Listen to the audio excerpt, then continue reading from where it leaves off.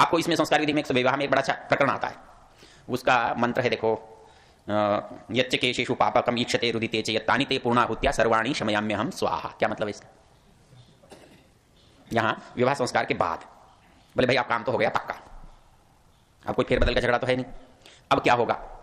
अब होगा ये कि जब जाओगे तो पहले से तो तुम दोनों एक दूसरे को जानते नहीं हो और कुछ उल्टा सीधा मिला, फिर क्या करोगे?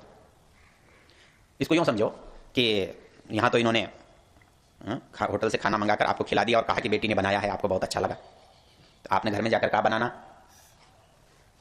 तो क्या करोगे? मारकुटाई करोगे इसलिए शादी नहीं की, अच्छा हुआ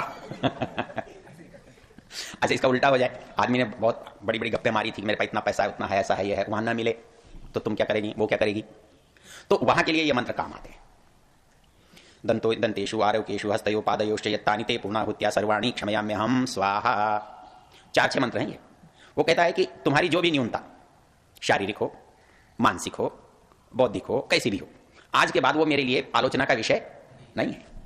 आप सोच सकते हो इस बात को। इन मंत्रों को पढ़ाते तो हम बहुत हैं, पर ध्यान में किसी के नहीं आते। उसके लिए भी वही है, जैसे भी हो, जैसे भी हो मुझे वैसे ही स्वीकार हो, तुम जैसे भी हो मुझे वैसे ही स्वीकार, ये है हमारा। और इन मंत्रों से विशेष आहुतियां दिलाई जाती हैं। तानिते पूर्णाहुत्या, वो कहते हैं तानिते पूर्णाहुत्या सर्वाणि क्षमयाम्यहम स्वाहा। इस पूर्णाहुति के बाद वो कोई, क्योंकि विचित्रता क्या होती है, जो दुर्बलता है, जो न्यूनता है, जो कमी है, आज के बाद वो अलग अलग नहीं रहती, वो दोनों की इकट्ठी हो गई ना। जैसे उसमें बताया था ना, किसमें, अन्न पर हाथ रखते हुए कौन सा मंत्र पढ़ा था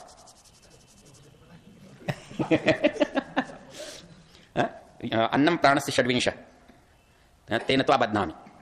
प्राण के बिना अन्न और अन्न के बिना प्राण जैसे नहीं रहते, वैसे हम दोनों एक दूसरे के बिना नहीं रहेंगे, नहीं रहते।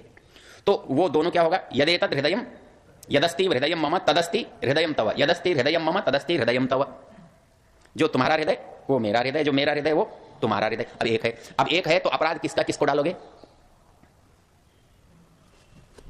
तो इसलिए वो कहता है तुम टिप्पणी नहीं कर सकते, तुम जैसे अपनी गलती को या तो सहते हो या सुधारते हो, दो ही विकल्प हैं। जब मुझे आजकल मैं सफेद बालों वाला हो गया तो लोग पूछ लेते हैं जी घर में झगड़ा क्या करना चाहिए। मैंने कहा भाई समझ लेना चाहिए, दूसरा समझा सके तो समझ लेना चाहिए, नहीं तो उसको समझा लेना चाहिए, दोनों नहीं माने तो सह लेना चाहिए, और क्या कर सकते।